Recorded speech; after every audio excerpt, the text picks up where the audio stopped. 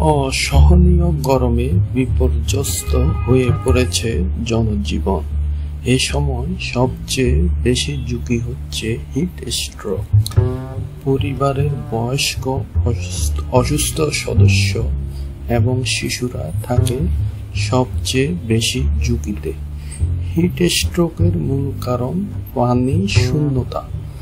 বয়স্ক, অসুস্থ এবং শিশুরা অনেক সময় এটা অনুধাবন করতে পারে না, তাই তাদের দিকে বাড়তি নজর রাখতে হবে। অত্যধিক ঠান্ডা পানি পান করা যাবে না। তীব্র গরমে বরফ, আইসক্রিম পরিহার করুন। গরমাক্ত শরীরে গোসল করবেন না। ঘামলেই স্যালাইন খাবেন না। সরাসরি রোদে যাওয়া থেকে বিরত থাকুন।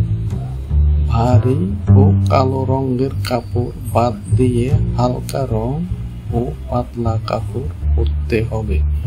ত্বকে সূর্যের ক্ষতিকর প্রভাব থেকে রক্ষা করতে সানস্ক্রিন ব্যবহার করতে হবে।